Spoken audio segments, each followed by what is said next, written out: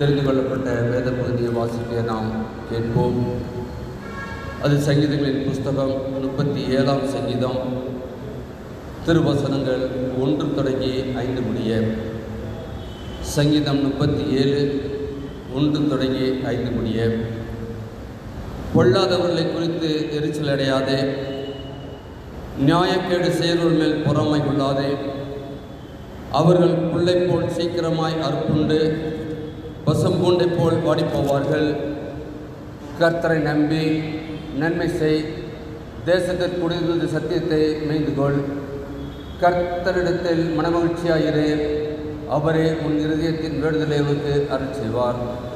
உன் வழியை கர்த்தருக்கு ஒப்புவித்து அவர் மேல் நம்பிக்கையாயிரு, அவரே காரியத்தை வாய்க்க பண்ணுவார். வாசிக்கும்படியாக தெரிந்து கொள்ளப்பட்ட வேத பகுதியை வாசிப்பது முடிந்தாயிற்று. தேவனுக்கு மகிமை உண்டாவதாக. நாம் யாவரும் ஜெப பாடலை பாடுவோம். கர்த்தருடைய வார்த்தையை கேட்க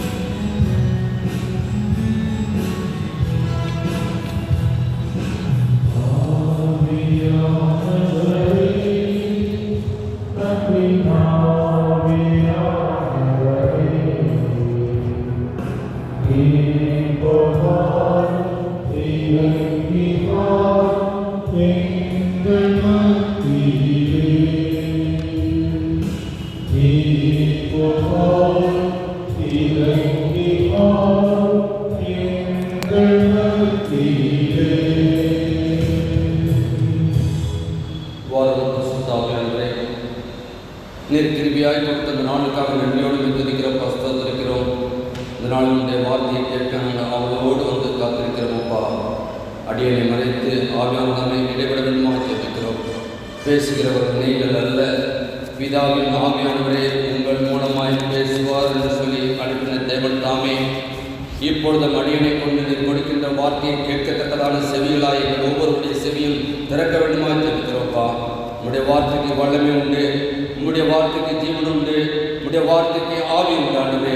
ஆவியின் ஜீவனுமாய் இருக்கிற வார்த்தை எங்களை இந்த நாளிலே உமக்கென்று வரக்கூடிய நாட்களிலே எங்களை ஆயத்தப்படுத்தத்தக்கதாய் எங்கள் கிருதமாய் மீட்பரே ஜெபிக்கிறோம். ஜீவன நடந்ததாவே ஆமென். கடவுளுடைய பிரதான கிருபையினாலே ஆண்டவர் நமக்கு 2024ஆம் ஆண்டை காணும்படியாகவும் அதற்கு நமக்கு ஜீவனை கொடுத்திருக்கின்றார். விசேஷமாய் தூய இம்மானுவேல் ஆலயத்திலே இந்த புதிய ஆண்டிலும் கர்த்தருடைய வார்த்தை நாளிலே பகிர்ந்து கொள்ளும்படியாய் அடியனுக்கு ஆண்டவர் கிருபை பாராட்டினார். அதற்காக ஆண்டவருக்கு துதி ஸ்தோத்திரங்களை தேரடிக்கின்றேன். வந்திருக்கிற உங்கள் யாவருக்கும் இந்த புதிய ஆண்டின் வாழ்த்துதலையும் வணக்கத்தையும் தெரிவித்துக் கொள்கின்றேன். அன்புக்குரியவர்களே, ஆண்டவர் புதிய ஆண்டை கொடுக்கின்றார். புதிய ஆண்டிலே நமக்கு வாக்குத்தத்தம் உள்ள வார்த்தையை கொடுக்கின்றார். ஒவ்வொரு ஆண்டும் நாம் அப்படியாக பெற்றுக்கொண்டே நாம் கடந்து சென்று கொண்டே இருக்கின்றோம். நம்பிக்கையின் ஆண்டை முடித்தோம், ஒப்படைத்தலின் ஆண்டுக்குள்ளாக வந்திருக்கின்றோம். ஆனால் ஒப்படைத்தல் என்று சொல்கின்ற போது எதையோ ஒப்படைத்து விட்டோம், நம்முடைய வாழ்க்கையை எப்படி வாழலாம் என்று சொல்லி நாம் இருக்க அழைக்கப்பட்ட மக்கள் அல்ல. ஒப்படைப்பு என்பது ஆண்டவர் நம்மிடத்திலே முழுமையாய் எதிர்பார்க்கின்ற ஒன்று. ஆண்டவரிடத்திலே நம்மை முழுமையாக ஒப்படைக்க வேண்டும். உன் முழு இருதயத்தோடும், உன் முழு ஆத்மாவோடும், உன் முழு பலத்தோடும் கர்த்தரிடத்திலே நாம் அன்பு கூற வேண்டும். உடல் ஆண்டவரிடத்திலே நம்மை முழுமையாக ஒப்படைக்கின்ற ஒப்படைத்தலின் ஆண்டுக்குள்ளாக 2024 திருச்சபை நம்மை அழைத்திருக்கின்றது. ஒருவேளை இந்த 1ஆம் மாதத்தின் 2ஆம் வெள்ளிக்கிழமையில் நாம் அமர்ந்திருக்கின்ற போது சற்று நேர தியானத்துக்கு என்று எடுத்துக்கொண்ட வேத வசனம் இந்த ஆண்டின் வாக்குத்தத்த வசனம் எல்லாருக்கும் நல்லா தெரியும். உன் வழியை கர்த்தருக்கு ஒப்புவித்து அவர் மேல் நம்பிக்கையாயிரு, அவரே காரியத்தை வாய்க்க பண்ணுவார். அன்புக்குரியவர்களே, இதை நாம் எப்பொழுது கேட்டோம்? இந்த ஆண்டு ஆரம்பித்தவுடன் புதிய ஆண்டிலே பலிபீடத்தில் இருந்து இந்த வார்த்தை நமக்கு கொடுக்கப்பட்டது. நாம் கேட்டிருக்கின்றோமே, இன்றைக்கு மீண்டுமாக ஆண்டவர் இந்த வார்த்தையை ஆவியானவர் மூலமாய் கொடுக்கின்றார் என்று சொன்னால், இன்றைக்கும் நம்முடைய வாழ்க்கையை ஒரு விசை ஆராய்ந்து பார்க்க, நம்முடைய வழியை ஒரு விசை ஆராய்ந்து பார்க்க நாம் அழைக்கப்பட்டவர்களாய் இருக்கின்றோம். இதை நாம் 2 தலைப்புகளிலே தியானிக்க பரிசுத்த ஆவியானவர் நமக்கு கிருபை செய்வார். முதலாவது உன் வழியை, இரண்டாவது உன் சார்பில். உன் சார்பில், உன் வழியை என்று சொல்லுகின்ற பொழுது, இங்கே அமர்ந்திருக்கின்றோமே நீங்களும் நானும் நம்முடைய வழியை ஆண்டவரிடத்திலே ஒப்படைத்து விட நாம் அழைக்கப்பட்டிருக்கின்றோம். முதலாவது. இரண்டாவது, அவரிடத்திலே நம்பிக்கையாய் இருக்கும்படி அழைக்கப்பட்டிருக்கின்றோம். அன்புக்குரியவர்களை நாம் ஒப்படைத்து விட்டோம், நம்பிக்கையாய் இருக்கின்றோம் என்று சொன்னால்தான் அவர் உன் சார்பில் அவர் செயலாற்றுகின்றவராய் இருப்பார். இதுதான் புதிய மொழிபெயர்ப்பு அன்றைக்கு மிக அருமையாக நம்முடைய ஆயர் அவர்கள் சொன்னார்கள். உன் வழியை ஆண்டவரிடத்திலே ஒப்படைத்து விடு, அவரே நம்பியிரு, அவரே உன் சார்பில் செயலாற்றுவார். இதுதான் புதிய மொழிபெயர்ப்பு, திருவிவிலியம் என்று சொல்லப்படுகின்ற புதிய மொழிபெயர்ப்பு. அவர் உன் காரியத்தை வாய்க்க பண்ணுகின்றவர் அல்ல, அவரே உன் சார்பில் செயலாற்றுவார் என்று சொல்லி நாம் அன்றைக்கு கேட்டோம். அன்புக்குரியவர்களே, இங்கே பார்க்கின்ற பொழுது ஒப்படைப்பு. எதை ஒப்படைக்க வேண்டும்? நம்முடைய வழியை ஒப்படைக்க வேண்டும். வழி என்ன வழி? ஆண்டவருக்கு ஏற்ற வழியிலே நாம் வருகின்றோமா என்பதை நாம் சிந்தித்து பார்த்து ஒப்படைக்க வேண்டும். நாம் வாழ்கின்ற வழி அல்ல, ஆண்டவருடைய வழி என்னதென்று நாம் அறிந்து அதன்படி நாம் நடக்கின்ற பொழுதுதான் ஆண்டவரிடத்திலே நாம் ஒப்படைத்த ஒரு வாழ்க்கை வாழ்கின்றோம். ஆண்டவர் அதான் எதிர்பார்க்கின்றார். நாம் வாழ்கின்ற வாழ்க்கை ஏதோ உலக மக்களைப் போல வாழ்ந்து நாம் இந்த உலகத்தில் இருந்து கடந்து செல்லவில்லை. நாம் எவ்வளவு நாள் வாழ்ந்தோம் என்று அல்ல, எப்படி வாழ்ந்தோம், நம்முடைய வழி எப்படிப்பட்ட வழியாய் இருந்தது என்பதை இந்த ஆண்டிலே நாம் சிந்தித்து பார்க்க முடியுமாதான். உன் வழியை கர்த்தரிடத்திலே ஆண்டவரிடத்திலே ஒப்படைத்து விடு. என்னால் நம்மால் முடியாது. இன்றைக்கு இருக்கக்கூடிய சூழ்நிலைகளை பார்க்கின்ற பொழுது நான் பெரியவன், நான் எல்லாம் செய்துவிட முடியும் என்று சொல்லி நீங்களும் நானும் வாழ அழைக்கப்பட்ட மக்கள் அல்ல. என்னுடைய வழியை ஆண்டவர் அறிந்திருக்கின்றார். ஆண்டவரே, உம்முடைய கரத்திலே என் வழியை நான் ஒப்புவிக்கின்றேன். ஒப்புவிப்போமா? ஒப்புவிக்கின்ற பொழுதுதான் அவர் நம்மிடத்திலே செயலாற்ற முடியும். நாம் இடத்திலே செயல்பட வேண்டும் என்று சொன்னால் நம்முடைய வழி என்ன வழி என்பதை நாம் அறிந்து கொள்ள வேண்டும். நாம் எப்படியாக நடந்து கொண்டிருக்கின்றோம், நம்முடைய குடும்பத்தை எப்படியாக நாம் வழிநடத்தி கொண்டிருக்கின்றோம், நம்முடைய திருச்சபையை எப்படியாக நாம் வழிநடத்தி கொண்டிருக்கின்றோம், நம்முடைய சமுதாயத்தை எப்படியாக நாம் வழிநடத்தி கொண்டிருக்கின்றோம் என்பதை நாம் அறிந்து நாம் செயல்பட அழைக்கப்படுகின்றோம். அன்புக்குரியவர்களே, ஆண்டவர் எதிர்பார்க்கின்ற காரியம் அதுதான். இதோ ஒரு வசனத்தை ஒரு நாளில் நாம் தியானித்து விட்டு செல்ல அல்ல, ஒவ்வொரு நாளும் அந்த வசனத்தை நீங்கள் எடுத்து வாசியுங்கள். நிச்சயமாக ஒவ்வொரு நாளும் ஆவியானவர் உங்களுக்கு புது புது விளக்கத்தை கொடுத்து கொண்டே இருப்பார். ஒருவேளை ஒப்படைத்து விட்டு நம்பிக்கையாயிரு, வாய்க்க பண்ணுவார் என்று சொல்லி 3 காரியங்களை நாம் சிந்தித்து விட்டு செயல்பட அல்ல. இன்றைக்கு ஆண்டவர் எதிர்பார்க்கின்றது வழியை. Without way we can't do anything. நமக்கு வழி தெரியவில்லை என்று சொன்னால் நாம் போக வேண்டிய இடம் போக முடியாது. நாம் எங்கு செல்கின்றோம், நம்முடைய வழி என்ன என்பதை நாம் அறிந்து செயல்பட அழைக்கப்பட்ட திருச்சபை மக்களாய் இருக்கின்றோம், கிறிஸ்தவ விசுவாசிகளாய் இருக்கின்றோம். நம்முடைய வழி எப்படியும் அல்ல, ஆண்டவருக்கு ஏற்ற வழியா? ஆண்டவர் என்னை கொண்டு இந்த வழியில நடத்துகின்றாரே, இந்த வழியில நான் நடக்கின்றனே, இந்த வழி ஆண்டவருக்கு ஏற்றதா? இன்றைக்கு நாம் பார்க்கின்றோம், ஆண்டவருடைய 2 நாளைக்கு முன்பாக நம்முடைய திருமண்டல ட்ரெஸரர் ஒரு வீடியோ போட்டிருந்தார். ஒரு வீடியோவில் அவருடைய வார்த்தையை நான் அதை உன்னிப்பாக கவனித்த பொழுது அவர் சொல்லுகின்றார், இன்றைக்கு கிறிஸ்துவத்திலே கிறிஸ்துமஸ் விழா கொண்டாடுவதற்காகவே கிறிஸ்துமஸ் இருக்கின்றது. விழாவுக்காகவே கிறிஸ்துமஸ் பண்டிகையை நாம் ஆசரிக்கின்றோம். விழாவுக்காகவே நாம் விழா நடத்தி கொண்டே இருக்கின்றோம். ஆனால் ஆண்டவர் எதிர்பார்க்கின்ற காரியம், ஆண்டவருடைய சுவிசேஷத்தை ஆண்டவர் அறியாத மக்களிடத்திலே அறிவிக்கும்படியான வழியைத்தான் ஆண்டவர் உங்களுக்கும் எனக்கு காண்பித்திருக்கின்றார். கிஃப்ட் வாங்குவதல்ல, கிஃப்ட் கொடுப்பது. நாம் யாருக்கு எத்தனை பேருக்கு இந்த ஆண்டிலே நாம் கொடுத்திருக்கின்றோம்? ஒரு ஆளுக்கு நாம் ஒரு பசி நாம் நீக்கி இருக்கின்றோமா? அன்றைக்கு சொல்லுகின்ற பொழுது நாம் ஏதோ நம்மிடத்தில் மீந்ததை கொடுப்பதல்ல. அன்றைக்கு கிறிஸ்துமஸ் அன்னைக்கு நம் அருகிலே இருக்கின்ற நம்முடைய மற்றவர்களை அழைத்து நம்முடைய வீட்டிலே நாம் ஆகாரம் கொடுத்திருக்கின்றோமா? ஆண்டவர் அதுதான் எதிர்பார்க்கின்றார். அவருடைய வழியால் தான் நான் பசியாக இருந்து நீங்கள் எனக்கு உணவு கொடுத்தீர்கள், நான் சிறையில் இருந்து எங்களை பார்க்க வந்தீர்கள். ஆண்டவர் எதிர்பார்க்கின்ற காரியம் என்ன என்று பார்க்கின்ற பொழுது நாம் ஆண்டவரை பிரியப்படுத்த வேண்டும் சொன்னால், இன்றைக்கு இருக்கிற சிறியரில் இவருக்கு எதை செய்தீர்களோ அது எனக்கே செய்தீர்கள். அதான் அவருடைய வழி, அதான் அவருடைய வழி. இன்றைக்கு நாம் என்ன செய்து கொண்டிருக்கின்றோம்? அதுக்கு முடிஞ்சா பாருங்க. நம்முடைய காரியங்கள் இன்றைக்கு ஒரு ஆடம்பரமாக ஒரு கொண்டாட்டமாக போய்விட்டது. கிறிஸ்துவர்கள் என்று சொல்லுகின்ற பொழுது அன்றைக்கு விற்கப்படுகின்ற டாஸ்மார்க் அமௌண்டை பார்க்கின்ற பொழுது கடந்த ஆண்டை விட இந்த ஆண்டு இத்தனை கோடி ரூபாய். எவ்வளவு வேதனையாக இருக்கின்றது. ஒரு கிறிஸ்துவை அறியாதவர்கள் ஒரு பண்டிகை கொண்டாடி குளித்து வெறித்திருந்தார்கள் என்ற பரவாயில்லை. கிறிஸ்துவை அறிந்து ஆண்டவரை ஆராய்ந்து விட்டு அவருடைய திருவிருந்திலே பங்கு கொண்டு விட்டு போய் வீட்டிலே போய் இன்றைக்கு நாம் மதுபானங்களை இன்றைக்கு குடிக்கிறோம் என்று சொன்னால் இது கிறிஸ்தவமா? கிறிஸ்துவை நாம் பறைசாற்றுகின்ற ஒரு சமுதாயத்திலே நாம் வாழ்ந்து கொண்டிருக்கின்றோமா என்பதை நாம் சிந்தித்து பார்க்க அழைக்கப்பட்டிருக்கிறோம். குடி, வெறித்தனம், பேசித்தனம் எல்லாம் எங்கும் இருக்கின்றது. அன்புக்குரியவர்களே, நம்முடைய வழியை ஆராய்ந்து பார்க்க அழைக்கப்படுகின்றோம். ஏதோ அன்று அடுத்த நாள் பேப்பர்ல போடுறாங்க இத்தனை கோடி ரூபாய், கடந்த ஆண்டை விட இத்தனை கோடி ரூபாய். எவ்வளவு ஆண்டவரை நாம் எவ்வளவு மறுதளித்துக் கொண்டிருக்கின்றோம். ஆண்டவர் அதற்காக உங்களுக்கு விலகும் இந்த 2024ஆம் ஆண்டை ஜீவனை கொடுத்தார். அவர் நினைச்சா ஒரு நிமிஷத்துல ஒரு செகண்ட் எடுத்துட்டு போயிடலாம் நம்ம ஜீவனை. இன்னைக்கு நடக்கக்கூடிய விபத்துகளை பாருங்கள், நடக்கக்கூடிய காரியங்களை பாருங்கள். குடிகாரனுடைய இன்றைக்கு இருக்கக்கூடிய குடிகாரனுடைய காரியங்களை பார்க்கின்ற பொழுது அவனுடைய சுய நினைவு அல்ல.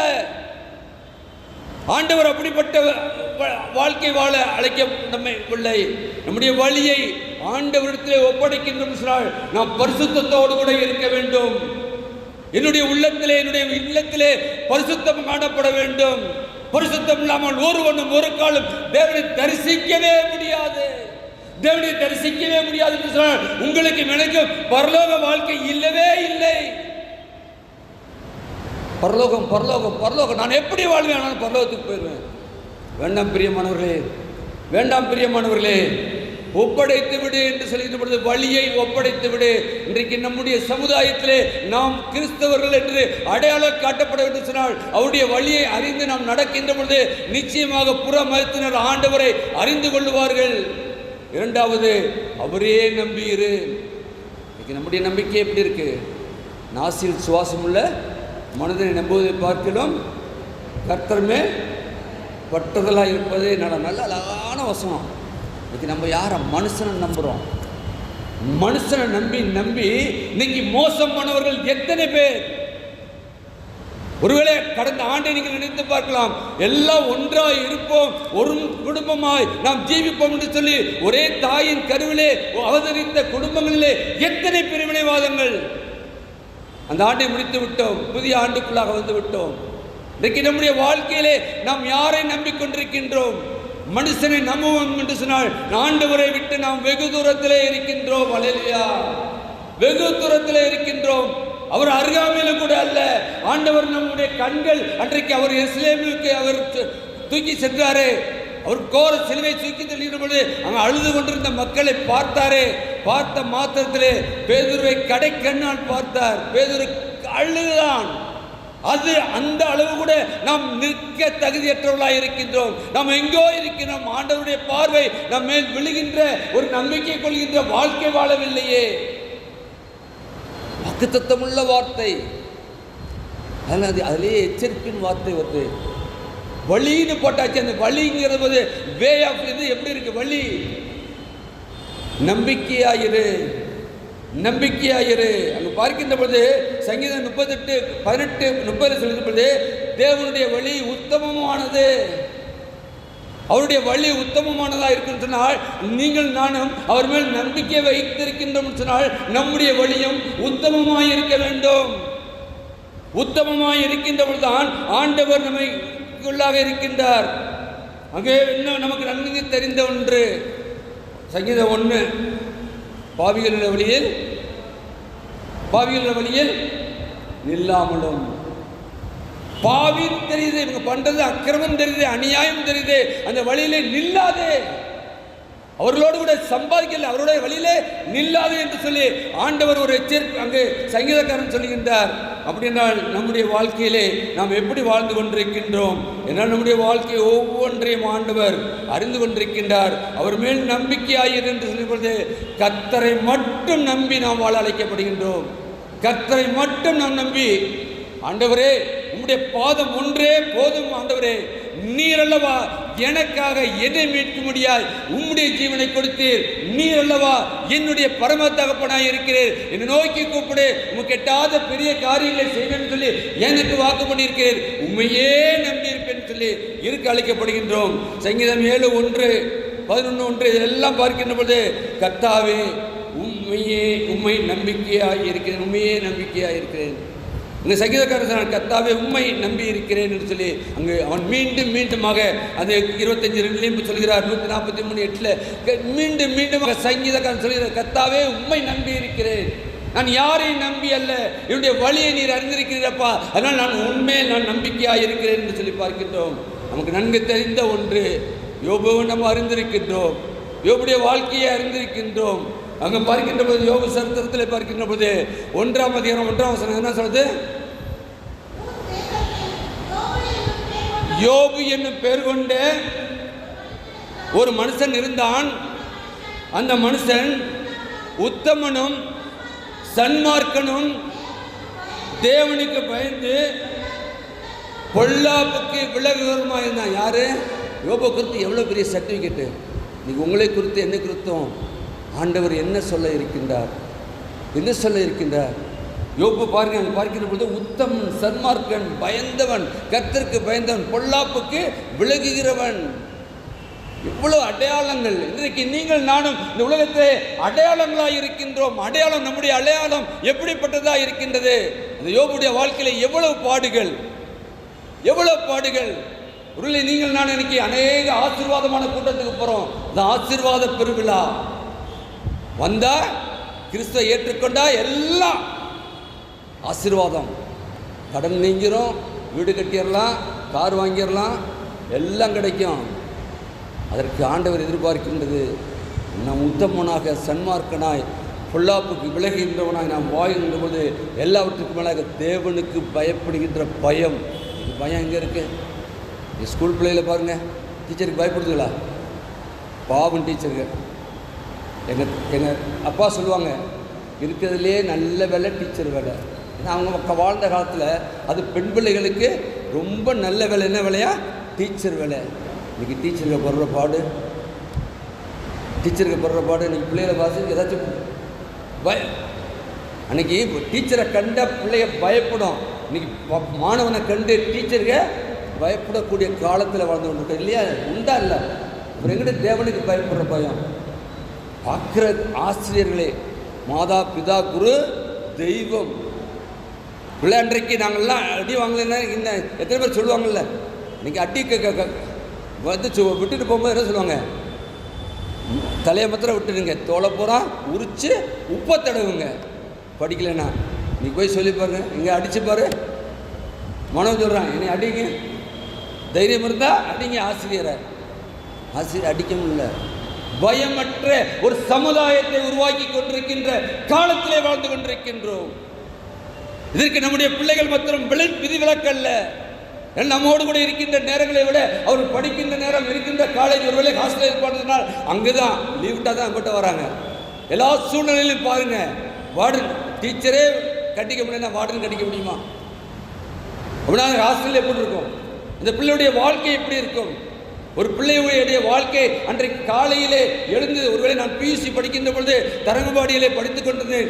நம்முடைய முதலாக வந்து சிஎன் பார்க் கட்டின புதிய எருசலேம் ஆலயத்திலே காலையில் 2 எல்லா ஸ்டூடெண்ட்ஸ் அங்கே போகணும்.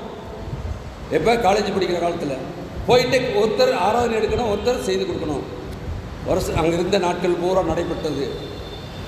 அவருடைய அவரை அடக்கம் பண்ண அதே இடத்துல இருந்து நாங்கள் நடத்தினோம். சனிக்கிழமை ஆச்சுன்னா பக்கத்தில் இருக்க வில்லேஜில் போய் சுவிசேஷத்தை அறிவிக்க ஹாஸ்டல் பிள்ளை போனோம். இன்றைக்கி எங்கே நடக்குது? நம்மளே முடியலையே. ஆலயத்தில் இருந்தே நம்ம சுவிசேஷத்தை அறிவிக்க முடியலையே. இன்றைக்கி பிள்ளைகளை அறிவிக்க முடியாத நாம் சொல்ல முடியலையே. அன்றைக்கு எல்லாம் ஆண்டவருடைய நற்செய்தியை அறிவிக்கின்ற ஒரு கூட்டம் தான் நம்முடைய கூட்டம். கிறிஸ்தவர்கள் என்று சொன்னால் கலக்கிறவர்கள் வந்து விட்டார்கள் சொல்லி வேதவசனம் சொல்கின்றது. நாம் கலக்க பிறந்தவர்கள். அதனால் நம்முடைய வாழ்க்கையிலே நாம் யார் மேல் நம்பிக்கை கொண்டிருக்கின்றோம்? இன்னைக்கு எங்கு பார்த்தாலும் அங்கே பார்க்கின்ற போது யோபுடைய வாழ்க்கையில் கடைசியில் பாருங்கள், அங்கே ஒவ்வொரு நிலைமையிலும் அவர் படுகின்ற பாடுகள் எல்லாவற்றையும். ஆனால் அவர் சொல்கின்றார் 19ஆம் அதிகாரத்தில் பார்க்கின்ற போது 21ஆம் வசனத்தில், என் மீட்பர் உயிரோடு இருக்கிறார், அவர் கடைசி நாளிலே பூமியின் மேல் நிற்பார் என்று நான் அறிந்திருக்கின்றேன்.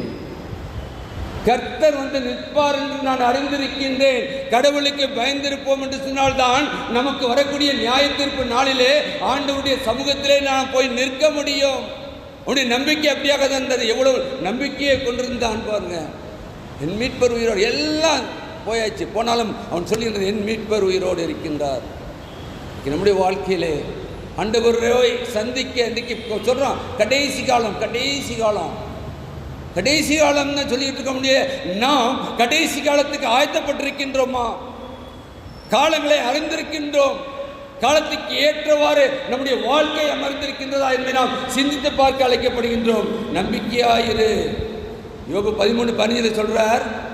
யோபு 13:15 அவர் சொல்ற வார்த்தை பாருங்க, எப்படி நம்பிக்கையா இருப்பாலாம் அவரு யோபு. அவர் என்னை கொன்று போட்டாலும் அவர் மேல் நம்பிக்கையாயிருப்பேன். ஆண்டவர் என்னை கொன்று போட்டாலும் நான் அவர் மேல் நம்பிக்கையாயிருப்பேன். இன்னைக்கு நீங்களான சொல்ல முடியுமா? ஆண்டவருடைய திரு சமூகத்தில் அமர்ந்திருக்கின்றமே, கல்வாரி சிலுவை நாம் நோக்கி பார்க்கின்றமே, இன்றைக்கு அதே விசுவாசம் உங்களிடத்திலும் என்னிடத்திலும் காணப்படுகிறதா என்பதை நாம் சிந்தித்து பார்க்க அழைக்கப்படுகின்றோம். அந்த விசுவாசம், அந்த நம்பிக்கை தான் கடைசியாக பார்க்கிறோம். 24 அவருக்கு எல்லாவற்றையும் ஆண்டவர் இரட்டத்தனையாய் கொடுத்தார். பார்க்குறோம். யோபு 42 பார்க்கின்ற பொழுது அங்கு பார்க்கின்றோம். 12ஆம் வசனம் வாசிக்கலாம். 42:12, கர்த்தர் யோபுவின் முன்னிலைமையை பார்க்கிலும் அவன் பின்னன்மையை ஆசீர்வதித்தார். 14,000 ஆடுகளும் 6,000 ஒட்டகங்களும் 1000 ஏக்கர்களும் 1000 கழுதைகளும் உண்டாயின. எல்லாம் ரெட்டிப்பு. அவனிடத்துல முதல்ல பார்த்தீங்கன்னாக்க இது பூரா 50% எல்லாம் ரெட்டிப்பு. ஆனால் கடைசியாக அவனுக்கு 7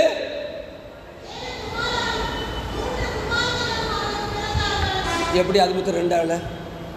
முதல்ல பார்த்தீங்கன்னா அவனுக்கு 7 குமார்த்தி 3 குமாரர் தான். இங்கேயும் அவன் அந்த 7 பேரையும் 3 பேரையும் அந்த 10 பேரையும் அவன் ஆண்டவருக்கு உகந்தவர்களாய் வளர்த்த நிமித்தமாய் அவர்கள் ஆண்டவருடைய திருச்சமூகத்திலே இருக்கிறார்கள்.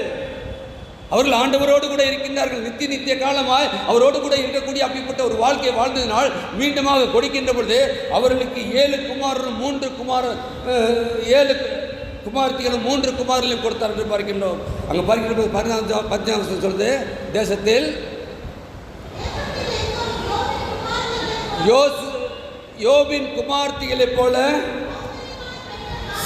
சௌரியமான பெண்கள் காணப்படவில்லை. அன்புக்குரியவர்களே, அவர்கள் தகப்பன் அவர்கள் சகோதரர் நடுவிலே அவர்களை சுதந்திரமாய் கொடுத்தான். பாருங்க எவ்வளவு ஆண்டவர் ஆசீர்வாதத்தை கொடுக்கிறார். சௌந்தரியமாய் 2024 உன் வழியை நீ கர்த்தருக்கு ஒப்புவித்து அவர் மேல் நம்பிக்கையாக இருக்கின்ற பொழுது, ஒருவேளை இந்த ஆண்டு முடிகின்ற பொழுது நம்முடைய வாழ்க்கையிலே ஆண்டவர் இப்படிப்பட்ட ஆசீர்வாதங்களை கொடுக்க சித்தமுள்ளவராக இருக்கின்றார். இதை நாம் விசுவாசிப்போம். ஏன்னா எல்லாரும் பாடுவதற்குள்ளாதான் கடந்து வந்திருப்போம். யாருக்கும் எந்த பிரச்சனையும் இல்லைன்னு சொல்லி யாராச்சும் சொல்ல முடியுமா? யோபை போல நாம் பாடுபடவில்லை என்றால் சொல்ல, யோபை போல நாம் இன்றைக்கு கண்ணீரோடு கூட கவலையோடு கூட வேதனையோடு வியாழத்தோடு கூட வாழ்ந்து கொண்டிருக்கின்றோம். அதில் மாற்று கருத்தல்ல. ஒவ்வொரு வீட்டிலையும் அப்படி நாம் கடந்து வந்து கொண்டிருக்கிறோம். ஏன் எங்களுக்கு இப்படிப்பட்ட சோதனை என்று சொல்லி நாம் வாழ்ந்து கொண்டிருக்கின்றோம். ஆனால் யோபுவுக்கு அப்படிப்பட்ட ஒரு வாழ்க்கையை வாழ்ந்தாலும் கூட அவன் நம்பின கர்த்தர் கடைசியாக அவனுக்கு எல்லாவற்றையும் இரட்டத்தனையாய் கொடுத்தார்.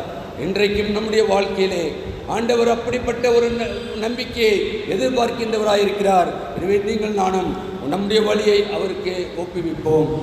இரண்டாவது, உன் சார்பில், அங்கு பார்க்கின்ற புதிய மொழிபெயர்ப்பு, அவரே உன் சார்பில் செயலாற்றுவார், அவரே உன் காரியத்தை வாய்க்க பண்ணுவார்.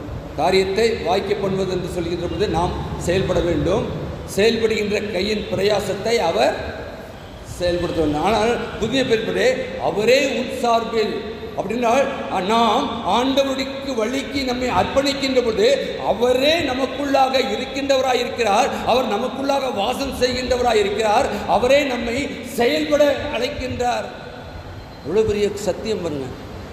அவர் செயல்படுகிறார் என்றால் இந்த சரீரத்துக்குள்ளாக ஆண்டவருடைய ஆவியானவர் நமக்குள்ளாக இருக்கின்ற போது எங்கு ஆவியானவர் உண்டோ அங்கே விடுதலை உண்டு. நாம் எதையும் நாம் கட்டி வைக்க முடியாது. எந்த காரியமும் நம்மை கட்டி ஆண்டவருக்கு பிரியமில்லாத காரியங்களில் நாம் வாழும்படி கட்ட முடியாது. அந்த கட்டை அவிழ்க்கின்ற எல்லா வல்லமையும் கர்த்தர் நமக்கு கொடுத்திருக்கின்றார். நீ எவைகளை இந்த உலகத்திலே கட்டுகிறீரோ அது கட்டப்படும், எவ்வளவு கட்டவிழ்க்கிறீர்களோ அது கட்டவிழ்க்கப்படும். ஆண்டவர் நம்முடைய பிள்ளைகளுக்கு கொடுத்திருக்கிற அது மிகப்பெரிய வாக்குத்தத்தம்.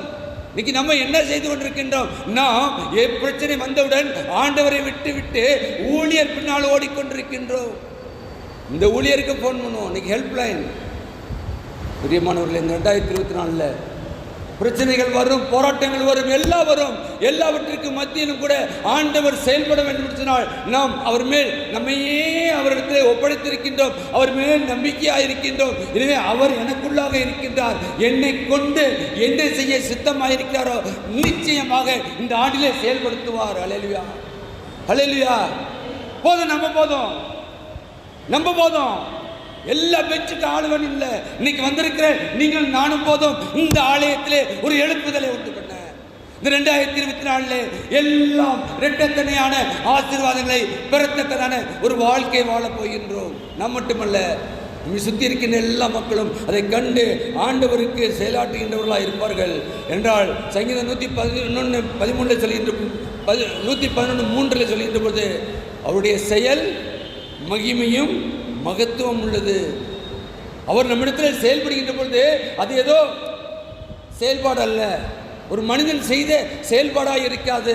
இதோ நம்முடைய பலத்தினாலும் நம்முடைய பணத்தினாலும் நம்முடைய பதவியினாலும் செய்த காரியமாக இருக்காது. அதற்கு மேலாக ஆண்டவருடைய மகத்துவமும் மகிமையும் அங்கு விளங்க. வாசிக்கலாம்.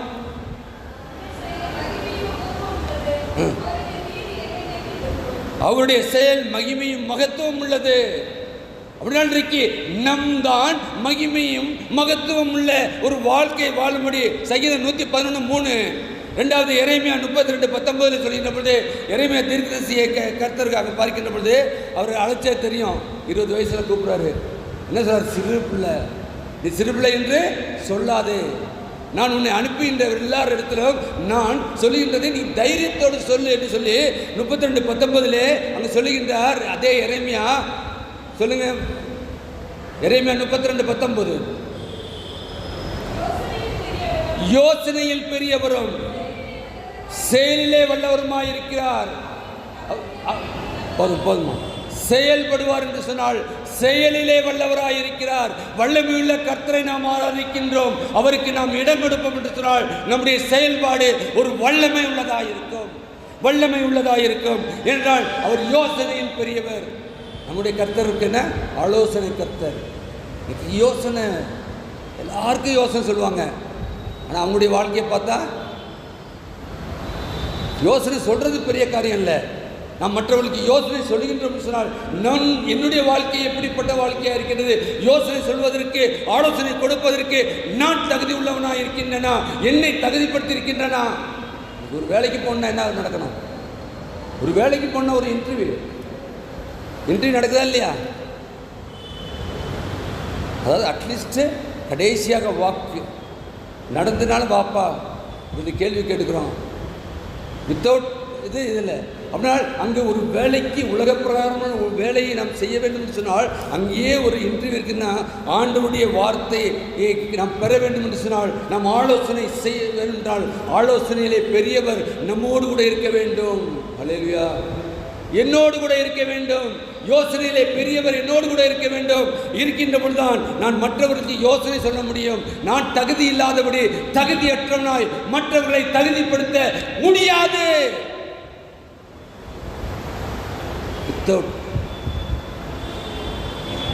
ஏசியா 48ஆம் அதிகாரம் 15ஆம் வசனம் எடுத்துள்ள சில ஏசியா தீர்க்கதரிசி சொல்கின்றார், அன்று இஸ்ரவேல் கொடுத்த அதே வார்த்தையை ஏசியா 48:15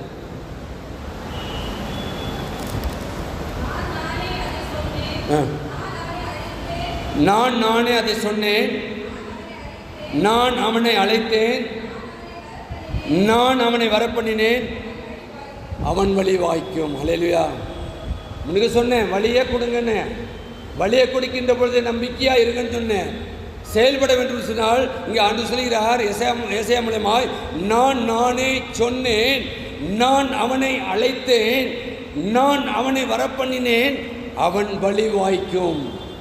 அப்படினால் நம்முடைய வழி வாய்க்க வேண்டும் சொன்னால் ஆண்டவர் வரப்பண்ணி இருக்கின்றார், ஆண்டவர் என்னை அவருடைய பிள்ளையாக முத்தரித்திருக்கின்றார் என்று அந்த விசுவாசம் நமக்குள்ளாக இருக்க வேண்டும்.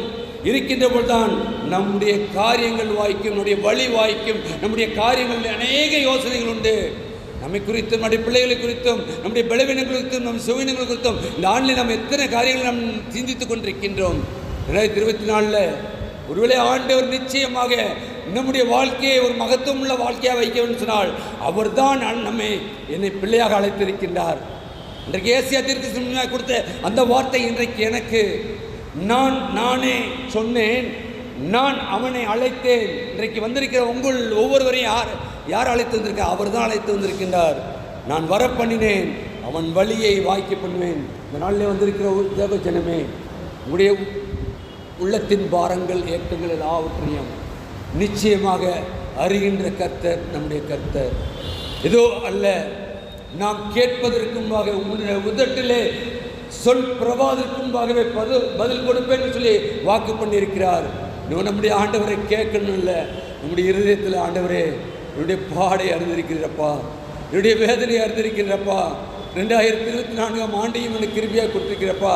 இந்த ஆண்டில் ஆண்டவரே என்னுடைய காரியங்களை நீர் எல்லாவற்றையும் என் கூட இருந்து நீர் வாய்க்கப்படும் ஆண்டவரே. என் கையின் பிரயாசங்கள் எல்லாவற்றையும் உம்முடைய கரத்திலே ஒப்படைக்கிறேன்னு சொல்லி இருக்க அழைக்கப்படுகின்றோம். கடைசியாக ஒரே வசனம் உபாகம் 29:9 சொல்கின்ற போது இங்கே சொல்லப்படுகின்ற காரியம் பாருங்கள். ஆண்டவரை நாம் நம்பி இருக்கின்ற பொழுது, அவர் நம்மிடத்திலே செயலாற்றுகின்ற பொழுது நம்முடைய காரியங்கள் என்னவாகுமா? அவரே காரியத்தை நீங்கள் செய்வதெல்லாம் உங்களுக்கு வாய்க்கும். உபாகம் 29:9 நீங்கள் செய்வதெல்லாம் உங்களுக்கு வாய்க்கும். போதும்,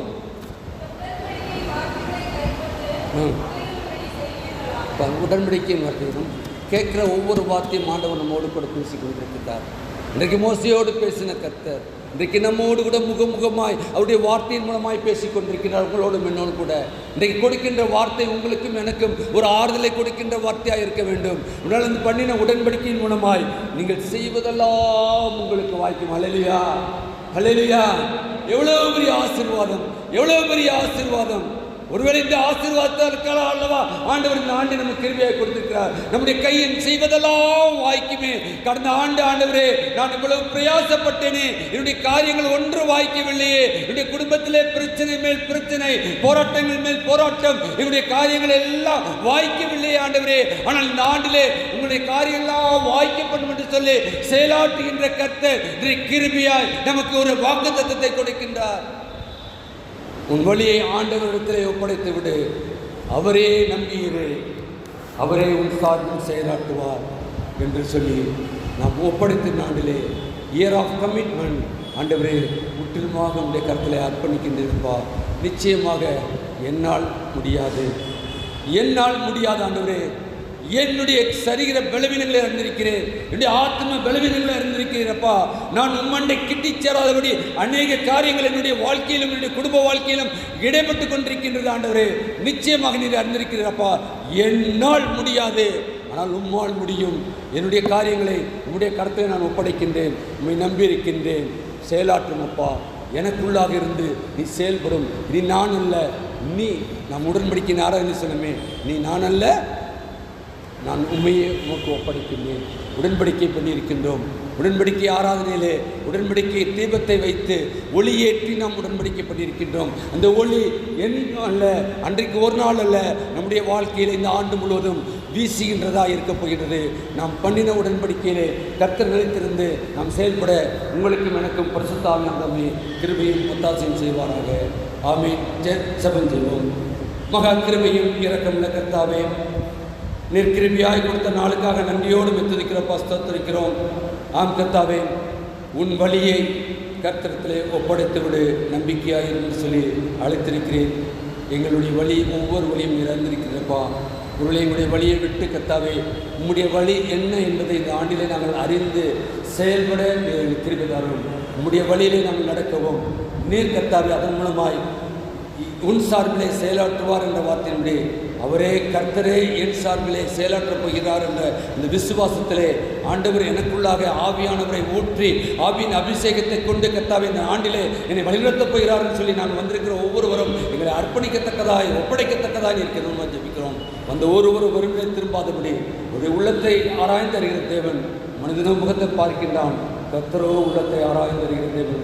வந்திருக்கிற ஒவ்வொருவருடைய உள்ளத்தையும் ஆராய்ந்து அறிகிற தேவன் உங்களுடைய உள்ளத்தின் வாஞ்சிகள் ஏக்கங்கள் எல்லாவற்றையும் இந்த ஆண்டிலே செயலாற்ற சித்தமுள்ளவராக இருக்கிறார். அர்ப்பணியுங்கள், அர்ப்பணியுங்கள். நிச்சயமாக ஆண்டவர் எல்லாவற்றையும் வாய்க்கு பண்ணுவார் என்று சொல்லி விசுவாசத்தோடு இந்த இடத்துல இந்த கலசல்ல இந்த நாளில் அழைத்த கர்த்தர் நிச்சயமாக நம்மோடு கூட செயல்பட இருக்கின்றார் என்ற இந்த விசுவாசத்தில் இருக்கிற விதமாய் ஜெபிக்கிறோம். ஜீவன நல்ல பிதாவே. ஆமென்.